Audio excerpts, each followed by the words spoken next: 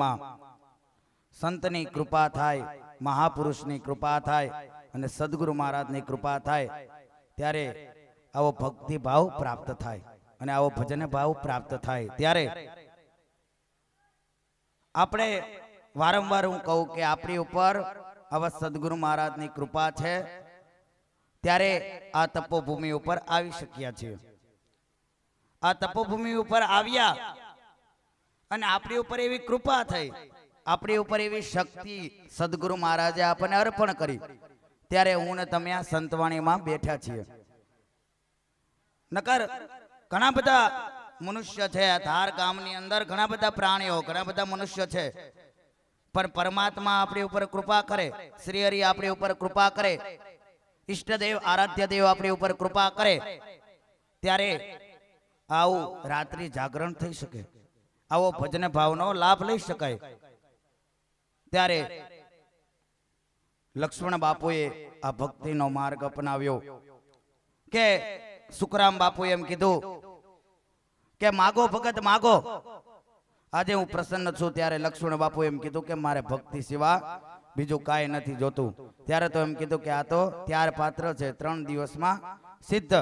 અને લક્ષ્મણ બાપુ અહીંયા ધારમાં આવ્યા અને ભજનનો માર્ગ લઈ લીધો, ભક્તિમાં બેસી ગયા, માળાનો તાર લાગી ગયો, મણકા મણકા ફેરવવા લાગ્યા અને માળાનો તાર લાગ્યો અને 3 દિવસમાં બાપા કે એમ તદાકાર થઈ ગયું, જય બ્રહ્મ સાક્ષાત્કાર થઈ ગયો. એ ક્યારે શક્ય બને કે પરમ કૃપા હોય મારી ને તમારી ઉપર, ત્યારે આવા મહાપુરુષોનું સંત સમાગમ થાય. એવા લક્ષ્મણ બાપુ, એવા શંભુરામ બાપુ, એવા કાનદાસ બાપુ જેણે આ તપોભૂમિમાં તપ કર્યું છે અને એને આપણે, હું ને તમે એના ભક્ત છીએ. ગર્વની વાત છે કે આવા મહાપુરુષના આપણે ભક્ત છીએ.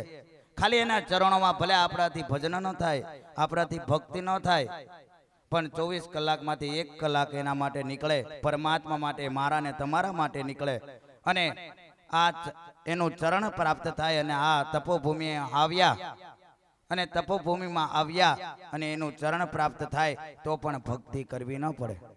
માટે પરમાત્માને પ્રાર્થના કરતા આવા શંભુરામ બાપુના જીવન ચરિત્રોને યાદ કરતા કરતા, લક્ષ્મણ બાપુના જીવન ચરિત્રોને યાદ કરતા કરતા સવારે પણ આપણે એમના જીવન ચરિત્રો યાદ કર્યા હતા. બપોર પછી એમ કીધું હતું કે માતા પિતાનું, પહેલા તો માતા પિતાની સેવા કરીએ, ત્યારબાદ સદગુરુ મહારાજની સેવા કરીએ. અને અત્યારે ફરી આ ભક્તિનો માર્ગ જે બાપાએ આ મને ને તમને આપ્યો છે એ માર્ગ સાથે આપણે આ ભવપાસમાંથી છૂટી જઈએ અને ભવસાગરને પાર થઈ જાય એટલી પ્રાર્થના કરતા અહીં આવા સંતો પધાર્યા છે, આવા ભૂદેવો પધાર્યા છે, એમના ચરણોમાં આશ્રમ વતી હું પ્રણામ કરું છું. તેમજ આવા સંતો આ ભૂમિ ઉપર ત્યારે પધારે ત્યારે આવા મહાપુરુષોનું તપ હોય, ત્યારે આવા સંતો અહીં પધારતા હોય અને સંતોના પાવન પગલા થાય અને પાવન પગલા આ ભૂમિ ઉપર પડે અને આપણને દર્શન પ્રાપ્ત થાય. ત્યારે ક્રાકસથી કોઠારી બાપુ, અમરદાસ બાપુ પધાર્યા છે. આપણે બગસરાથી આપાગીગાની જગ્યાએથી કોઠારી શ્રી હરિરામ બાપુ પધાર્યા છે. કેરાળાથી લીલાપીર આશ્રમથી રમેશ બાપુ પધાર્યા છે.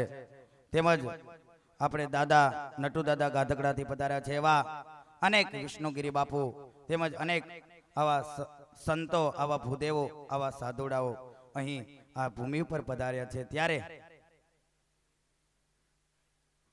અહીં અમરદાસ બાપુને હું કહું કે 5 મિનિટ આપનું કે 5-10 મિનિટ આપનું પ્રવચન અમને પીરસો.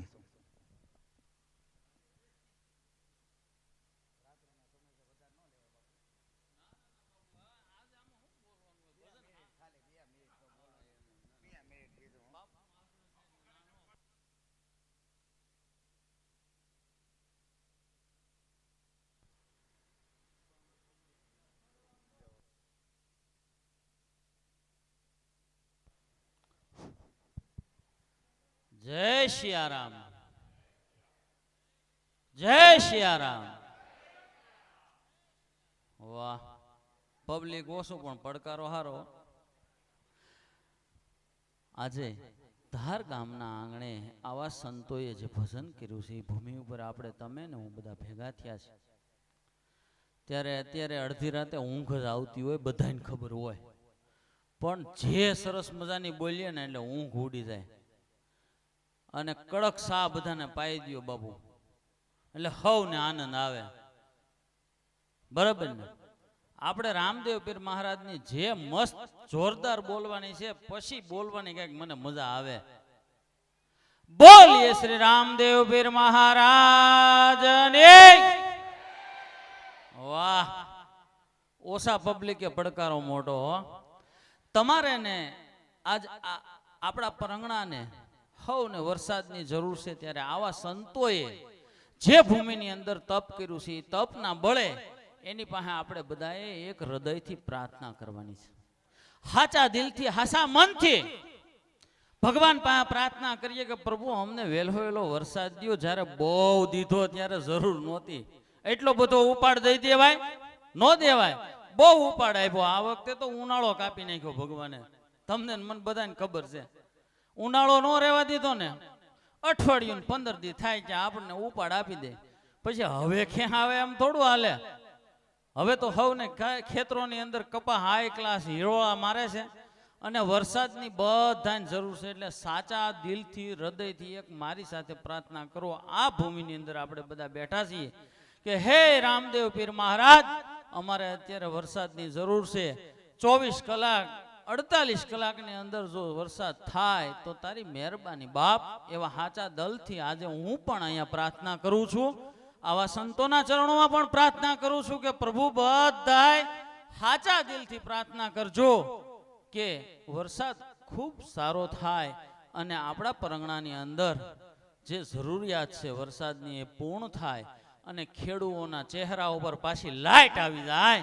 જે અત્યારે ચહેરા મૂરઝાણેલા છે ને, એ બધા ચહેરા ગુલાબના ફૂલની ઘોડે ખીલી જાય. વરસાદ હશે ને તો જ બધું થાય ને બાપુ. હવે આપણે કાર્યક્રમ કરીએ, વરસાદ નો હોય બાપુ આપણા કાર્યક્રમ ખરાબ જાય હો. કારણ કે એમાં હું છે, કુવામાં હોય તો અવેડામાં આવે.